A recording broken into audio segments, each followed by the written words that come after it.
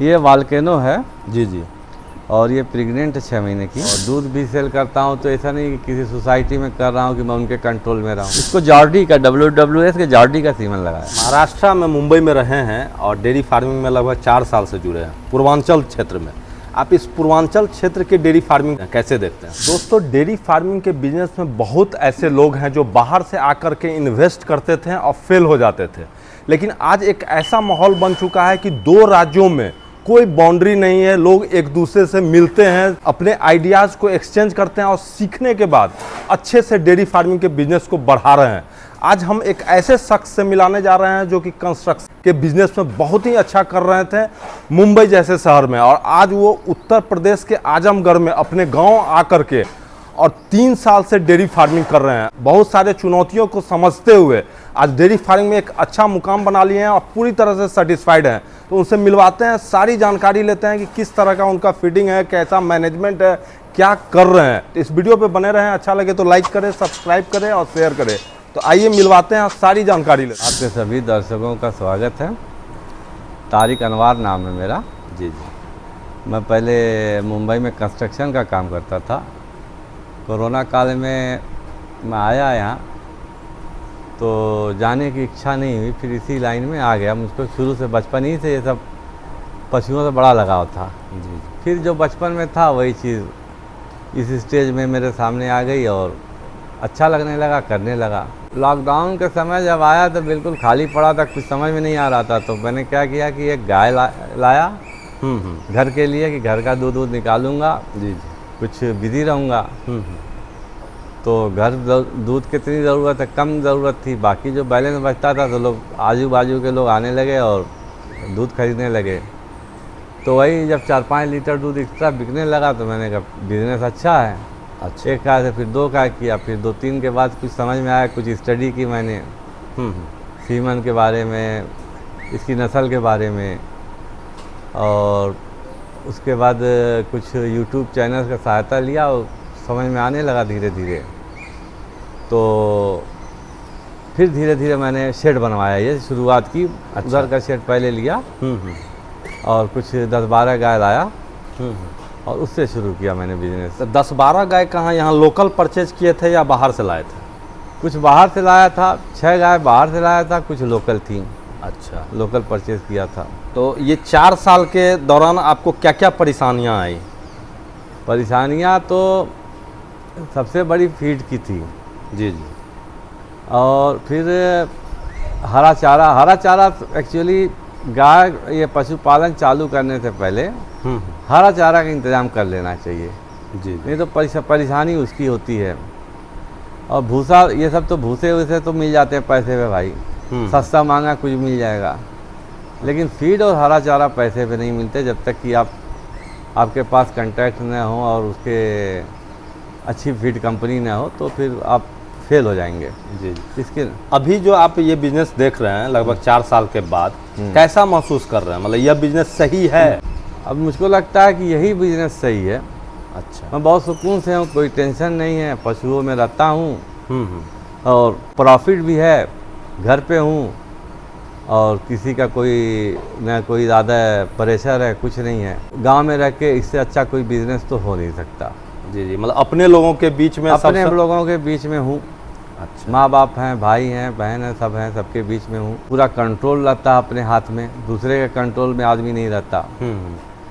और दूध भी सेल करता हूँ, तो ऐसा नहीं कि किसी सोसाइटी में कर रहा हूँ कि मैं उनके कंट्रोल में रहूँ। जी जी। अपने हिसाब से क्वालिटी मेंटेन करके अपना रेट लेता हूँ। अच्छा। क्या रेट बेचते हैं दूध? दूध तो अभी 60 रुपये लीटर गाय का है और भैंस का 80 रुपये लीटर देता हूँ। मतलब आराम से बिक जाता है? आराम से, शॉर्टेज रहती है दूध की। अच्छा। मतलब दूध का भी कमी हो रहा है, यानी कि क्वालिटी पे आप इस तरह क्वालिटी पे ज़्यादा फोकस कर रहे हैं। अच्छा अच्छा। और क्वालिटी ही है कि सरवाइव कर रहे हैं। लोग यहाँ फार्म से ले जाते हैं या आप अपना डिलीवरी बॉय रखे हुए हैं? फार्म से भी जाता है, दोनों टाइम सुबह शाम, और डिलीवरी बॉय भी हैं।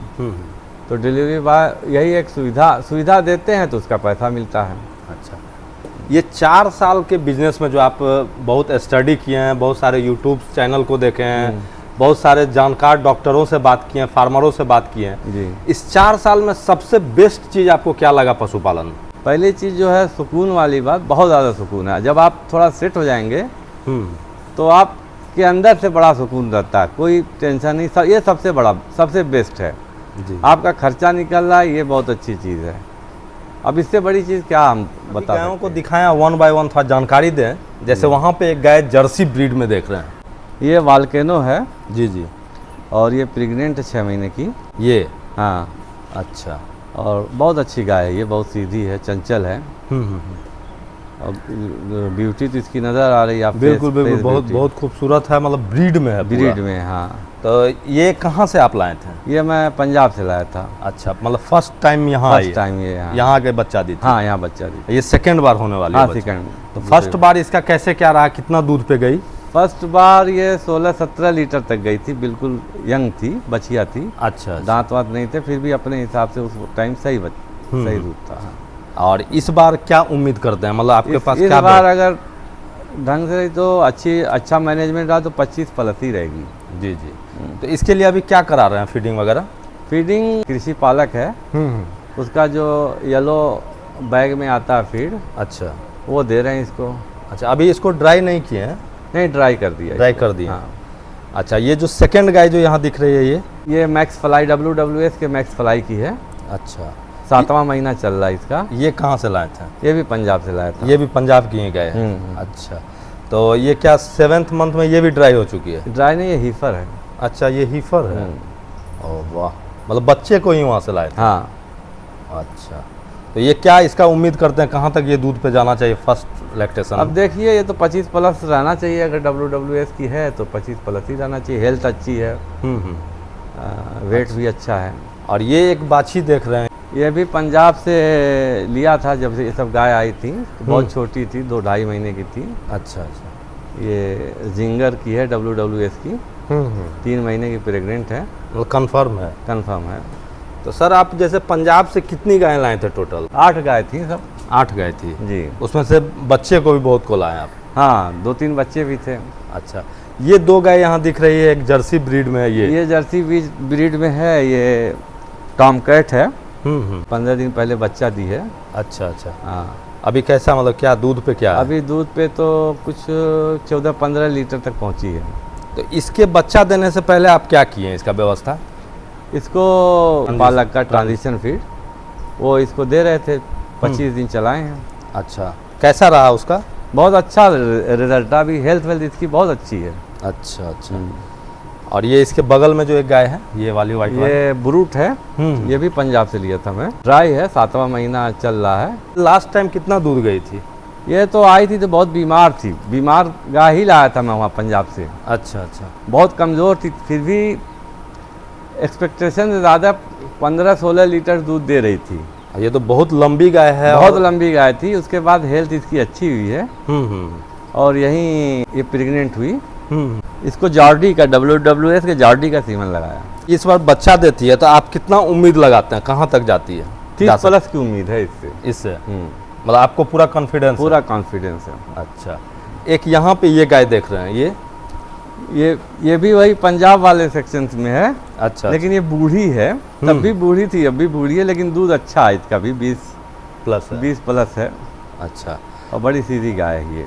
अच्छा, यहाँ जो बच्चा जन्म ली उसके लिए आप ब्रीडिंग के लिए आप क्या करते? ब्रीडिंग के लिए सबसे पहले तो कंटेनर रखना चाहिए।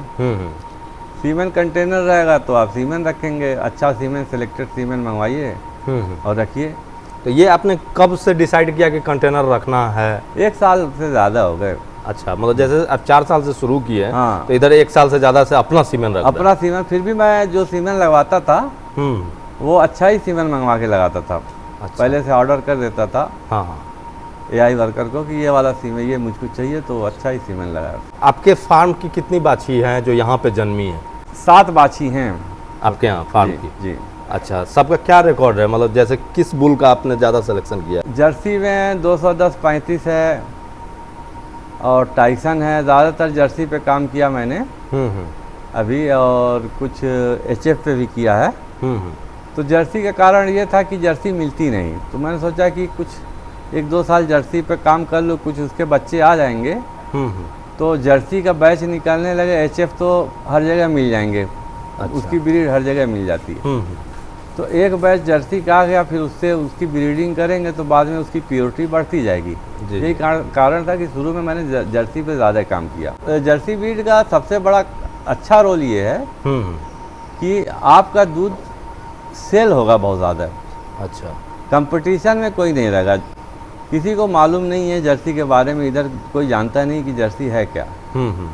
जर्सी का दूध और भैंस के दूध में बहुत कम अंतर होता है। अच्छा, अगर एचएफ के बैच में 2-3 जर्सी रख लें तो उसका फैट परसेंटेज बहुत अच्छा हो जाएगा। यानी कि अगर रिटेलिंग कर रहे हैं, रिटेलिंग में जर्सी मस्ट है, रखना चाहिए सबको। अच्छा, हाँ, अब मेंटेनेंस किस तरह देखते हैं उसका? जर्सी में ज़्यादा मेंटेनेंस नहीं, और देसी गाय को जिस तरह रखते हैं बस उसका? वही। और ये जो सेक्शन देख रहे हैं इसमें सब मिल्किंग गाय है ये क्या? मिल्किंग है। अच्छा, मिल्किंग में सब है। अभी टोटल कितना दूध हो रहा है आपका? अभी सब 150 लीटर के करीब है दूध। और 150 लीटर पूरा बिक जाता है? पूरा अगर और 100 लीटर बढ़ जाता है, जुड़ जाता है, तो आपके यहाँ से सेल हो जाएगा? फौरन हो जाएगा। वाह, तो ये एक नए डेयरी फार्मर के लिए एक मार्केट बनाना, मतलब सच्चाई से चल रहे हैं तभी आपका ये मार्केट बना। बिल्कुल मार्केट बनाना ही पड़ेगा। आप किसी दूसरे के भरोसे न रहें। जो भी करें अपने भरोसे पे करें, चाहे धीरे धीरे करें। अच्छा, तो इसका फीडिंग मैनेजमेंट कैसे क्या है, थोड़ा बताएं। अब इसका फीडिंग मैनेजमेंट, जो नई ब्याई गाय रहती हैं उनको कृषि पालक का येलो वाला बैग देते हैं हम लोग। अच्छा, और जो पुरानी हो जाती हैं 4 महीना 5 महीना, वो वाइट बैग आता है वो दे रहे हैं। अच्छा, और कुछ जो है जो 25 दिन पहले बच्चा देने से ट्रांजिशन चलता है। अच्छा, सिंपल सा है इसमें रूल। कोई कितने दिन से जुड़े हुए हैं कृषि पालक से? कृषि पालक से तो बहुत दिनों से जुड़ा हुआ हूँ। मुझको लगता है कि जब शुरुआत हुई थी तभी से कृषि पालक का फीड आ रहा है मेरे पास। जी। बच्चों के लिए क्या कर रहे हैं? काफ़ी स्टार्टर उनका बहुत अच्छा, हेल्थ अच्छी रहती है, बहुत चाव से खाते हैं बच्चे उसको। अच्छा, खाने में कोई दिक्कत नहीं है। अच्छा, हम अभी आ रहे हैं तो फार्म के आगे में आपका बकरी फार्म भी है, बहुत ही अच्छा मेंटेन है, वो कैसे है? अब बकरी फार्म तो भाई देखिए, यही फीड में खिलाता हूँ। अच्छा, इसी फीड पे और खिला रहा हूँ, तब से उनकी शाइनिंग वाइनिंग बड़ी अच्छी हो गई है। अच्छा, आप देख लीजिए, काफ़ी अच्छी हेल्थ है उनकी। बरसात का मौसम है फिर भी सब मेंटेन किए हुए अपने को, कोई दिक्कत नहीं, कोई दिक्कत नहीं। एक्चुअली पूरा प्रॉपर फीडिंग और न्यूट्रिशन मिल रहा है उनको पूरा। मिनरल मिक्सचर भी उसमें है, नमक भी है, सब कुछ है। तो बकरी को क्या क्या दे रहे हैं अभी? बकरी को बस यही आपका कृषि पालक का कोई फीड डाल देते हैं। अच्छा, भूसे के साथ वो खाती हैं, और फिर सूखा भूसा उसा कुछ अरहर वार का रहता है, या फिर घास वास चरने निकल जाती है। और इसमें सबसे बढ़िया चीज़ ये होती है, आप जब डेयरी फार्म करें तो उसमें बकरी भी पाल लें और मछली भी पाल लें। अच्छा, तो उसका सबसे अच्छा रोल ये होता है कि डेयरी का बच्चा बकरी खा लेती हैं, बकरी के बच्चा मच्छी को डाल देते हैं, और इसका मछली भी बढ़ती है बहुत अच्छा रिजल्ट मछली का भी है।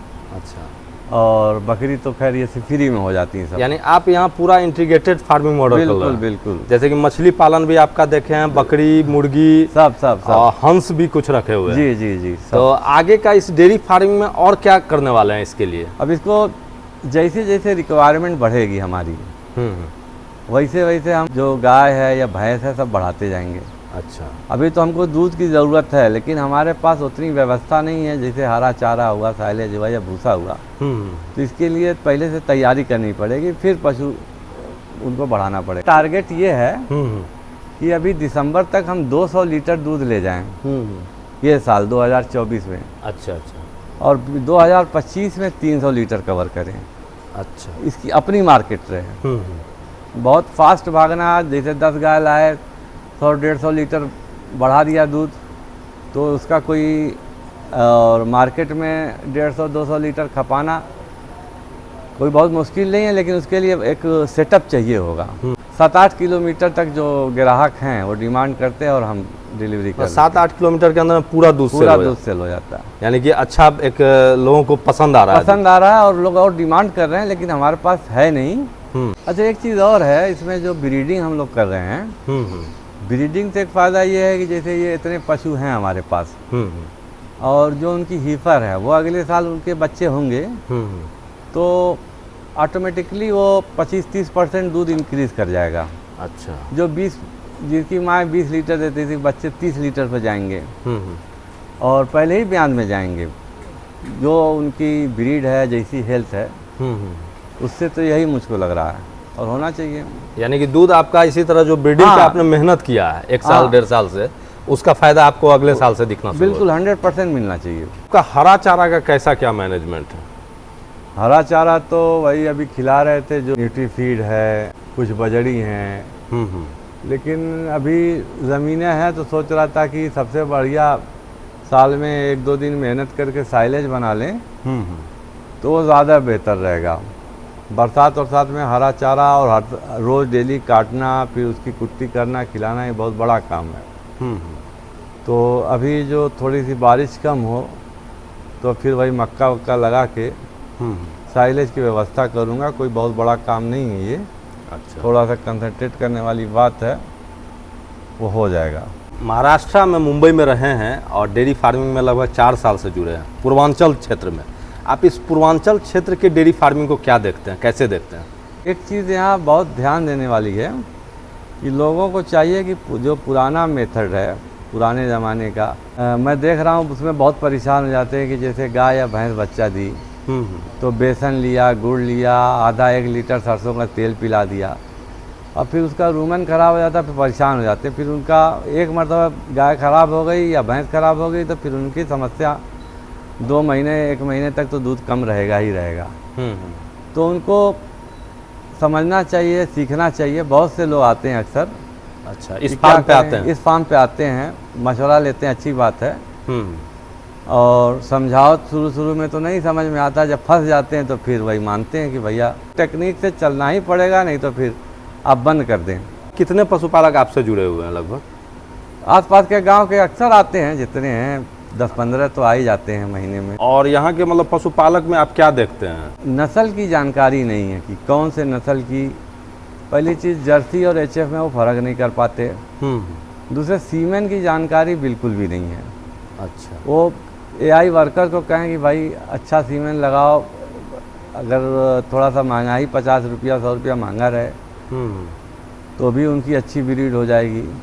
तो इसकी जानकारी उनको बिल्कुल भी नहीं। इसके बारे में जानकारी रखना चाहिए।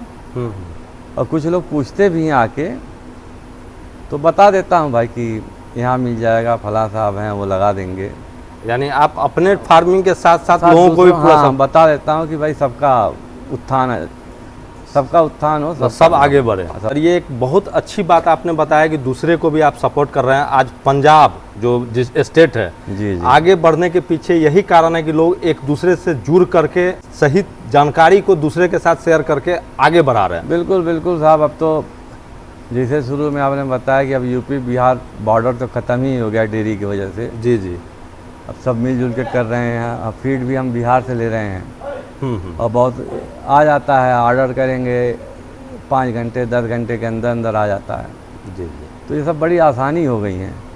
और कम्युनिकेशन की वजह से हर चीज़ की, जैसे कुछ परेशानी हुई तो आपसे भी पूछ सकता हूँ, दूसरे से भी पूछ सकता हूँ। जी जी, ये सब सुविधा है नए दौर की। और सभी लोग कोऑपरेट करते हैं। जी जी, ये तो ऐसा बिजनेस है कि कोऑपरेशन बहुत इसमें मिल रहा है। चलिए सर, आपसे मिले, यहाँ के फार्मिंग के बारे में आपने बताया, और सबसे बड़ी बात है आप अपने फार्मिंग के साथ साथ लोगों के भी डेयरी फार्मिंग में सपोर्ट कर रहे हैं, जानकारियाँ दे रहे हैं और पूरा स्टडी करके इस डेयरी फार्मिंग के बिज़नेस को कर रहे हैं। हमारे तरफ से आपको शुभकामना है कि आप इस बिज़नेस को और आगे बढ़ाएं। टाइम टू टाइम हम इस फार्म का अपडेट भी लेते रहेंगे। हमारे चैनल पे आने के लिए बहुत बहुत धन्यवाद सर। बहुत बहुत शुक्रिया आपका, आप यहाँ आए। तो आप जिस काम को चुनते हैं उसमें अगर आप करने में सेटिस्फैक्शन मिल रहा है, जानकारियाँ के साथ आप कर रहे हैं, अच्छे लोगों के साथ मिल के कर रहे हैं, तो यह एक बिज़नेस ऐसा है कि जब आप संघर्ष का समय होता है, जो स्टार्टिंग फेज होता है, जिसे आप 1 से 1.5 साल कर सकते हैं, सही गाइडलाइन के साथ अगर करते हैं और उस स्टेज से जब आप आगे निकल जाते हैं तो आपको सुकून ही सुकून मिलेगा और बहुत ही प्रॉफिट दिखेगा इस बिजनेस में। इस फार्म की जानकारी और पूरे आजमगढ़ के फार्मिंग के बारे में जान करके आपको ज़रूर कुछ सीखने को मिला होगा। सर से बहुत सारी जानकारियाँ मिली होगी। एक बाहर में रह करके वहाँ के बिजनेस को संभालते हुए फिर यहाँ आए, यहाँ इस तरह से जुड़ गए, घुल गए, इन्हें बहुत खुशी मिल रही है। इनसे मिलने के बाद मुझे भी बहुत अच्छा लगा, जानकारियाँ मिली। मुझे उम्मीद है कि यह वीडियो आपको अच्छा लगा होगा। अगर अच्छा लगा हो तो इसे लाइक कर दे, सब्सक्राइब कर दे, हमारे फेसबुक पेज पे जा कर के फॉलो कर दे। Thank you. फिर नेक्स्ट वीडियो में मिलते हैं। धन्यवाद।